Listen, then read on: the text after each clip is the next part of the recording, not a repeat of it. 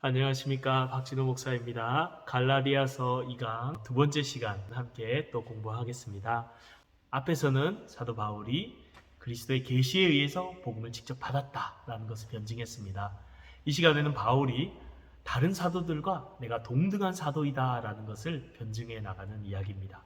여기서 이 사실을 변증하기 위해서 바울은 두 가지 사건을 이야기합니다. 14년 만에 예루살렘을 방문한 사건과 그리고 베드로를 책망한 사건. 자, 먼저 14년 만에 예루살렘을 방문한 사건을 살펴보겠습니다. 1절에서 2절까지 말씀입니다.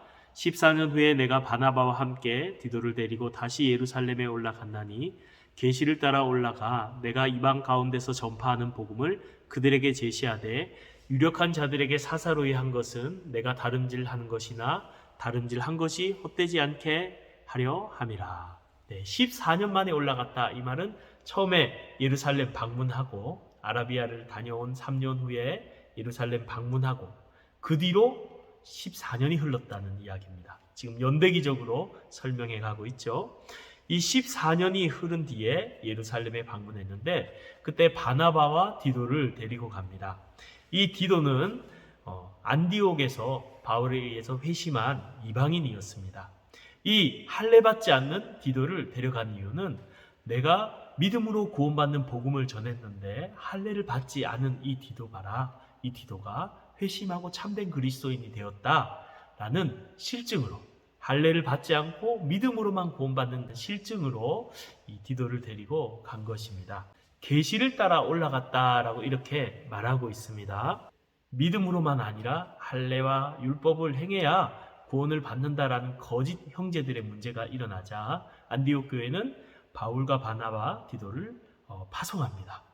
그런데 교회의 파송만 받은 게 아니라 하나님의 특별한 계시도 그때 함께 있었다는 것을 오늘 본문을 통해 알 수 있습니다. 마치 1차 전도 여행 때 교회가 바울과 바나바를 안수해서 파송하지만 그 전에 성령의 지시하심이 있었던 것 같이 하나님의 계시를 따라 또한 교회 파송을 받아서 예루살렘 회일에 바울과 바나바, 디도가 참석했던 것이죠.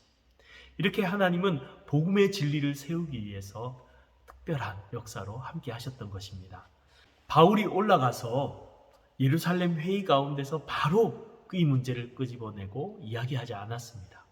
사적인 자리에서 사도를 먼저 만나서 사도들에게, 장로들에게 이 문제와 자신의 복음을 따라 사역해왔던 사역들을 먼저 이야기했습니다. 이렇게 한 이유는 무엇이냐면 내가 다름질하는 것이나 다름질한 것이 헛되지 않게 하려 함이라 이렇게 바울이 말하고 있습니다. 바울이 사적으로 먼저 사도들과 장로들에게 복음을 제시함을 통해서 충분히 그들에게 이해를 시키고 공감대를 가진 후에 회의에 참석하려 했던 것이죠. 만약에 그냥 참석했다면 반대자들이 많은 그 회의장에서 반대자들이 큰 소리를 내면서 반대를 했기 때문에 자신이 지금까지 전해왔던 복음이 오해될 수 있는 소지가 있었습니다. 그래서 바울은 자기가 다름질한 것이나 또 다름질을 하고 있는 이 일이 헛되지 않게 하기 위해서 사적으로 만났다. 굉장히 지혜롭죠? 먼저 사적으로 만나서 이 일을 풀어가는 이 바울의 모습을 볼 수 있습니다. 팀 케일러 목사님은 오늘 이 본문에 대해서 이렇게 이야기했습니다. 우리는 본문을 큰 두려움과 감사의 마음으로 읽어야 한다. 본문은 우리를 예루살렘의 어느 회의 장면으로 데려간다. 21세기 그리스도인의 관심사와 동떨어져 보일 수 있으나 사실 위험이 그보다 클 수는 없었다. 이 회의는 오늘의 우리 모두에게까지 막대한 영향을 미친다. 곧 보겠지만 그날 하나님은 우리 모두를 당신과 나를 보호하셨다. 이 예루살렘 회의가 얼마나 중요한 회의였냐. 그래서 바울은 굉장히 신중하게 사적으로 사도들과 장로들을 먼저 만난 것입니다. 그리고 이 회의 결정으로 인해서 행위가 아니라 믿음으로만 구원을 받는다. 이 복음이 분명하게 밝혀짐을 통해서 지금까지 계속해서 행위로 구원을 받으려고 시도했던 수많은 이단들과 거짓 가르침들을 물리칠 수 있는 견고한 초석을 놓을 수 있게 된 것이죠. 우리를 위한 큰 축복이며 유익이었던 것입니다. 3절 읽겠습니다. 그러나 나와 함께 있는 헬라인 디도까지 억지로 할례를 받게 하지 아니하였으니. 디도를 데려갔는데 이방인이잖아요. 그 예루살렘의 유대인들, 유대인 그리스도인들은 디도를 할례 받게 해야 된다라고 그렇게 압력을 가했던 것 같습니다. 그럼에도 불구하고 사도들이, 이 3절의 주어는 사도입니다. 이 사도들이 바울과 함께 있는 디도를 억지로 할례 받게 하지 않았습니다. 왜냐하면은 행위로 구원받는 것이 아니라 오직 믿음으로 구원받는다는 사실을 드러내기 위해서, 그러한 증거로서 디도를 할례 받지 않게 했던 것입니다. 그래서 4절에 이렇게 말합니다. 이는 가만히 들어온 거짓 형제들 때문이라. 그들이 가만히 들어온 것은 그리스도 예수 안에서 우리가 가진 자유를 엿보고 우리를 종으로 삼고자 함이로되. 네, 거짓 교사들이 들어왔죠. 안디옥 교회도 지금 들어와 있고, 이 갈라디아서를 쓰고 있는 당시에 갈라디아 교회들에도 들어왔습니다. 그들이 하는 말이 뭐죠? 가만히 들어온 이 거짓 교사들이 믿음만이 아니라 행함으로 구원을 받는다라는 거짓된 가르침을 가르치기 때문에 사도들은 디도에게 할례를 받지 않게 함을 통해서 믿음으로만 구원을 받는다는 것에 사도들도 동의한다라는 확실한 증거를 삼았던 것입니다. 여기서 보면은 가만히 들어온 거짓 형제들이 나옵니다. 그들이 온 이유는 그리스도 안에 가진 자유를 엿보고 우리를 종으로 삼고자 함이로되. 네, 그렇죠. 율법의 모든 그런 의식법이나 규율들에서 믿음으로 구원받기 때문에 벗어나게 되었습니다. 율법의 모든 정죄와 그런 죄책감에서 벗어나게 되었습니다. 자유하게 되었습니다. 그러나 거짓 교사들이 와서 할례를 받고 율법을 행해야 구원을 받는다라고 함을 통해서 다시 율법의 멍에를 메우고 그들의 신앙의 자유를 빼앗으려 했던 것입니다. 그러하였기에 디도에게 할례를 주지 않고 믿음으로만 구원받는다라는 것을 확증했던 것이지요. 여기서 보면 가만히 들어온 형제들이라고 했습니다. 오늘날에도 가만히 들어온 형제들이 있죠. 네, 신천지입니다. 다른 이단들은 자기를 밝히고 전도를 해요. 하나님의 교회입니다. 구원파입니다. 몰몬교입니다. 그런데 이 신천지는 교회에 은밀하게 잠입을 해서 교회에 있는 성도들을 미혹합니다. 가만히 들어온 거짓 형제들이죠. 그들이 전도하는 방법이 이런 것이 있는데, 교회 근처에 있다가 교회에서 나오는 착하게 보이는 성도가 있으면 이렇게 이야기합니다. 제가 교회를 알아보는 중인데 아는 사람이 신앙생활 하다가 목사님한테 시험이 들어서 지금 쉬고 있습니다. 여기 인도하려고 하는데 나는 멀어서 못 오니까 전도 좀 부탁드려요 하면서 전화번호를 알려주는 거예요. 그러면 3개월 동안 교회를 안 가고 가끔씩 한 번씩 오면서 밀당을 합니다.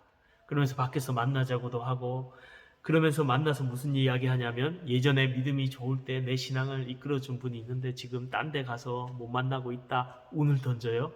그리고 2개월이 지나고 나서 그 사람을 등장시켜요. 우연히. 그래서 만나게 하고 교제하게 하고 성경 공부시키고, 그래서 빼가가는 거예요. 그들은 말합니다. 이리의 옷을 입어라. 확실히 입어라. 교회에서 신천지 말씀 절대 하지 마라. 이러면서 은밀하게 위장시키고 성도들을 미혹해 가는 것이죠. 작은 교회 같은 경우는 위장 교육자나 또는 위장 전도된 자들을 투입시켜 가지고 교회 요직에 자리 잡게 하고, 그리고 건전한 교육자는 모함에서 쫓아내고, 나중에는 담임 목사님까지도 모함해서 장로님 통해서 쫓아내고, 신천지 교육자를 데리고 와서 목사로 위정한 다음에 신천지 교육을 시켜서 교회를 통째로 삼키는 경우도 있다고 합니다. 또 어떤 경우는 교회 밖에서 미혹을 하기도 해요. 조심해야 됩니다. 한 어떤 전도사님의 간증을 들었는데, 그가 일반 성도였을 때 기독신문사에서 일할 정도로 참 신실한 신자였다고 합니다. 어느 날 밤노스 그림을 이렇게 감상하러 갔는데, 거기서 한 여자분이 오더니 그림 배우고 싶으면 등록하라고 재료비만 받고 가르쳐 주겠다고 하는 거예요. 그래서 그림 동호회에 들어갔어요. 열심히 배우는데 그 언니가 먹을 것도 갖다 주고 잘 가르쳐 주고 하는 거예요.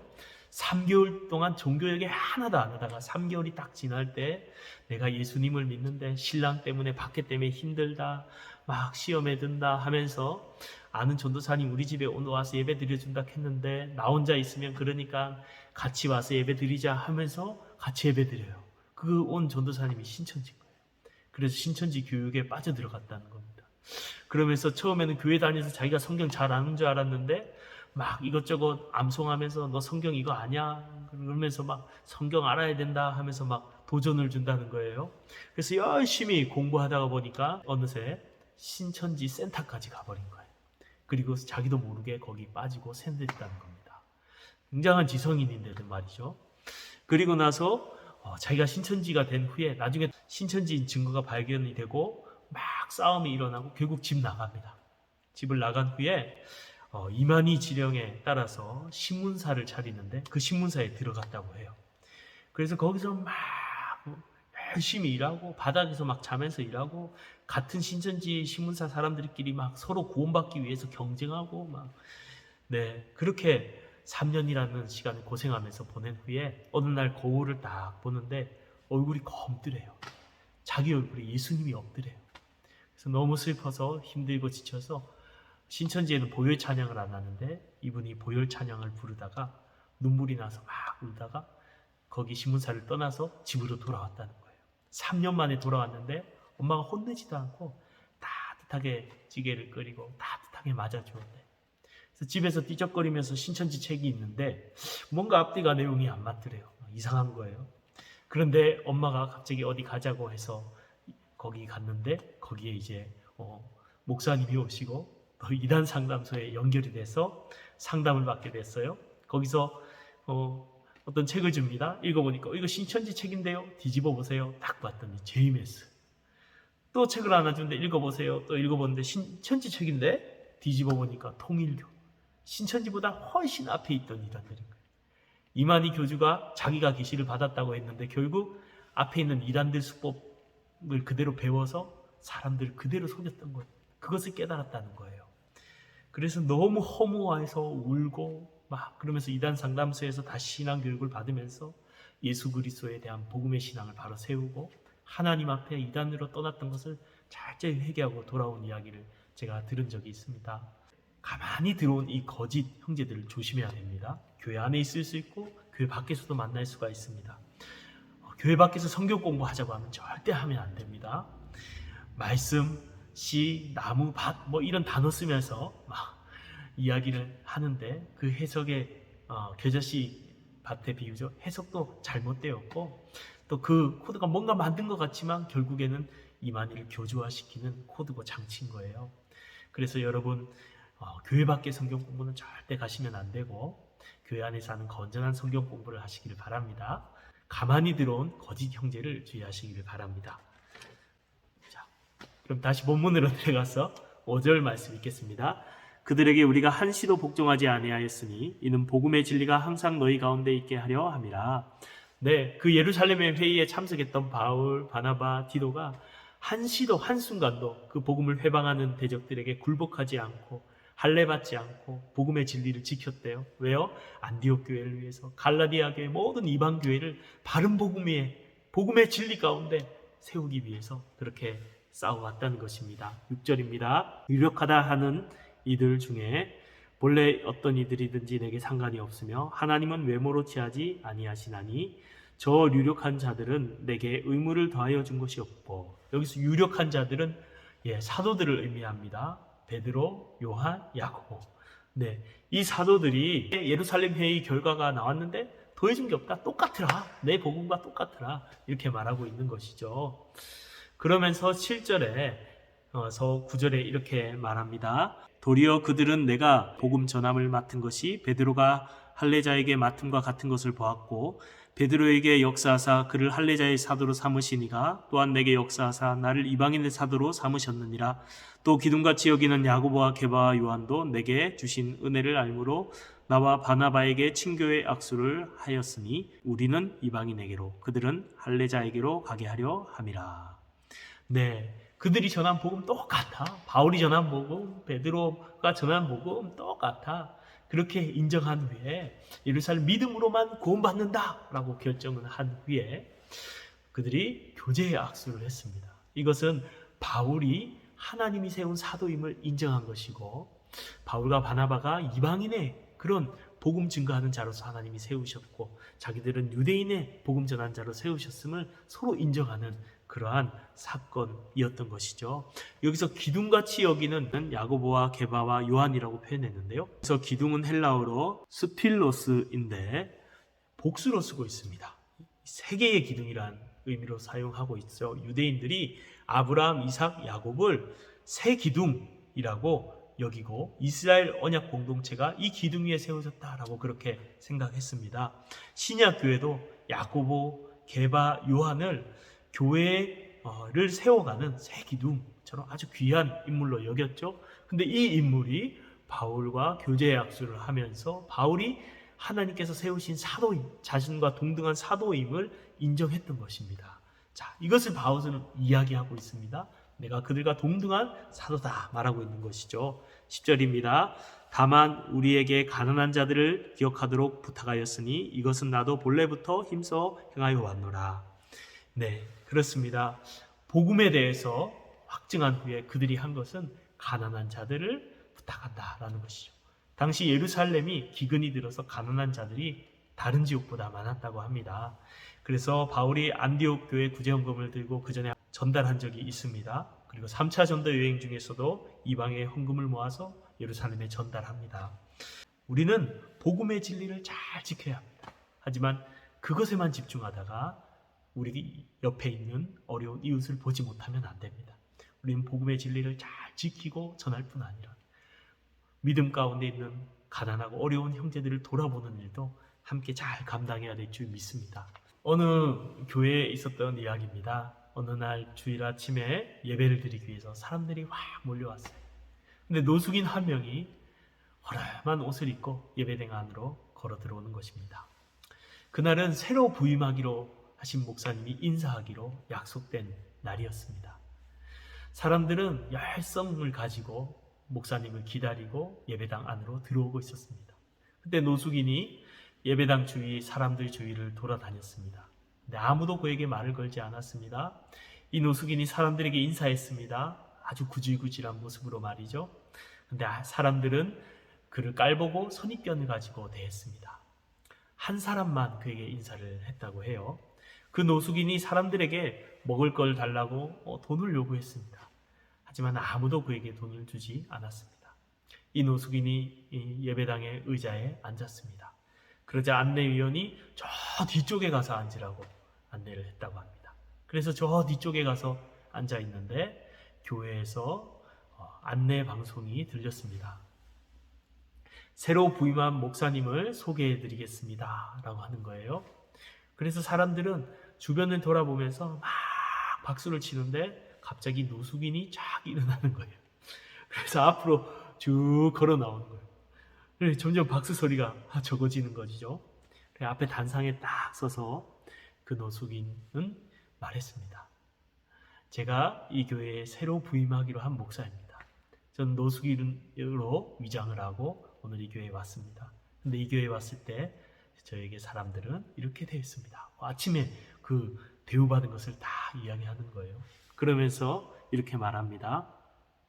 여러분 집에 돌아가서 오늘 아침에 있었던 일을 곰곰이 되돌아보시기 바랍니다.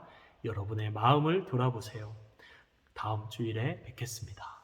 네, 사람들이 막 부끄러움에 고개를 들지 못했습니다. 많은 사람들이 자신의 모습, 부끄러운 모습 때문에 흐느껴 울며 회개하기 시작했습니다. 그렇습니다. 참으로 우리가 복음의 진리를 잘 보수하고 지키고 전하고 사랑해야 됩니다. 동시에 우리 교회 가운데, 우리 이웃 가운데 가난하고 힘든 성도들 또한 우리가 잘 돌아봐야 될 줄로 믿습니다. 자, 이제 두 번째 사건을 바울이 이야기합니다. 바로 게바, 베드로를 책망한 사건입니다. 11절입니다. 게바가 안디옥에 이르렀을 때 책망받을 일이 있기로 내가 그를 대면하여 책망하였노라. 네, 안디옥 교회는 당시에 이방인 교회로 시험장과 같은 그런 교회였고 많은 사람이 주목하는 교회였습니다. 베드로가 이곳에 찾아왔습니다. 그리고 어떤 사건이 벌어집니다. 12절 13절 야고보에게서 온 어떤 이들이 이르기 전에 게바가 이방인과 함께 먹다가 그들이 오매 그가 할례자들을 두려워하여 떠나 물러가매 남은 유대인들도 그와 같이 외식함으로 바나바도 그들의 외식에 유혹되었느니라. 네, 베드로가 안디옥 교회에 와서 이방인 성도들과 함께 막 식사를 하고 교제를 하고 있었어요. 베드로는 고넬료 집에서 이미 경험했잖아요. 보자기 내려오고 올라가고 부정한 것 없다. 그렇게 경험해서 이방인 성도들도 다 믿음으로 구원받는 거 알고 있고 결정났고, 그래서 같이 식사를 했습니다. 전혀 이건 복음적인 것이고 전혀 꺼리낌 없는 것이었죠. 그런데 야고보에게서 온 사람들이 있는 거예요. 예루살렘에 있는 유대인 그리스도인들은 다른 유대인들 같이 이방인과 교제를 하지 않았습니다. 왜냐하면 유대인을 전도하기 위해서 그랬어요. 유대인을 구원하려고 유대인같이 된 것이죠. 그들의 풍습을 다 지키면서. 그래서 그들이 마음을 열어야 유대인을 전도하니까요. 그렇게 생활해오던 유대인들이 안디옥에 온 거예요. 그 소문을 듣자 베드로는 식사를 같이 안 한 척 한 겁니다. 다른 유대인들과 심지어 바나바까지 그렇게 한 것입니다. 그 유대인을 전도하기 위해서 유대에서는 그렇게 하는 것이 이해가 되는데, 지금 이곳은 유대가 아니었어요.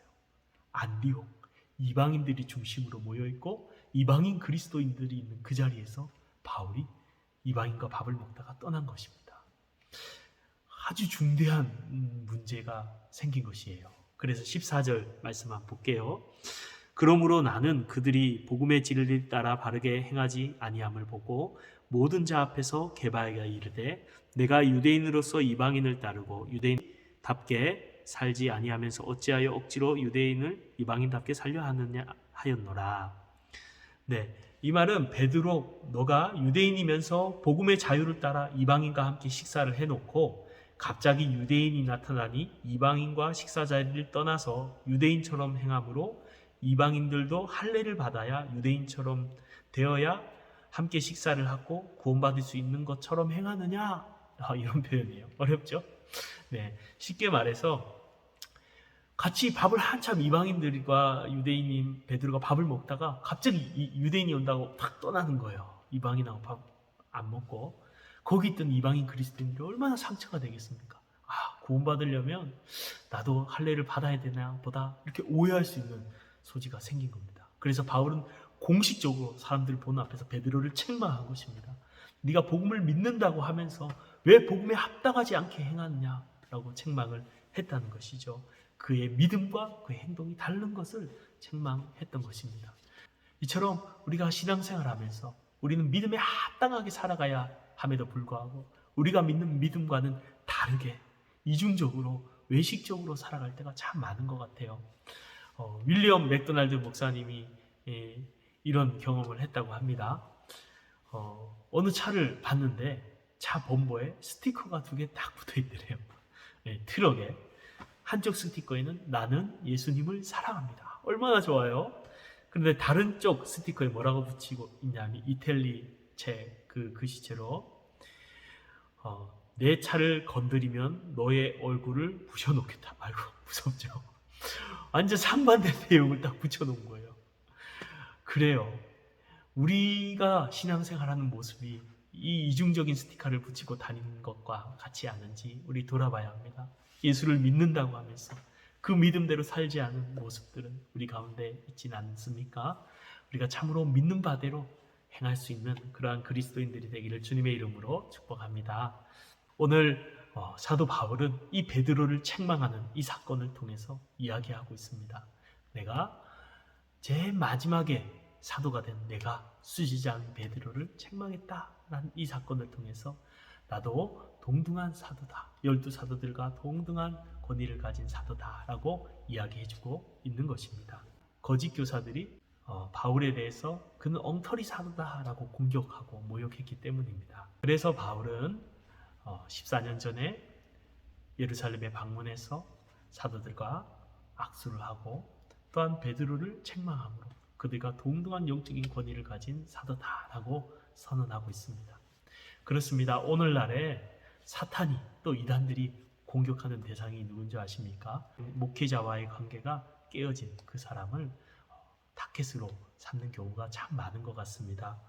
물론 목회자들 참 연약함이 많습니다. 부족함도 많습니다. 하지만 그 목회자 개인이 대단해서 목회자로서 우리가 존경하고 순종하고 따라야 되는 것이 아니라 하나님이 그를 세우셨기 때문에 그의 영적인 권위를 인정해야 되는 것입니다. 목회자의 관계가 틀어지면 여러분 말씀이 잘 들리지 않습니다. 은혜가 되지 않습니다. 영적인 침체에 빠질 수밖에 없습니다. 그러므로 사랑하는 성도님들, 목회자들과 좋은 관계를 맺기 바랍니다. 만약에 목회자로 인해서 여러분이 상처를 받고 시험에 들었다면 제가 한 사람의 목회자로서 목회자의 부족함과 연약함을 긍휼히 여겨주시기를 부탁드립니다. 목회자에게 상처받을 일이 있다면 용서해 주시기 바랍니다. 그들이 대단해서가 아니라 같이 연약하지만 하나님께서 세우신 자이므로 영적인 권위를 인정하고 나아갈 때에 우리가 건강한 신앙생활을 하게 될 줄로 믿습니다.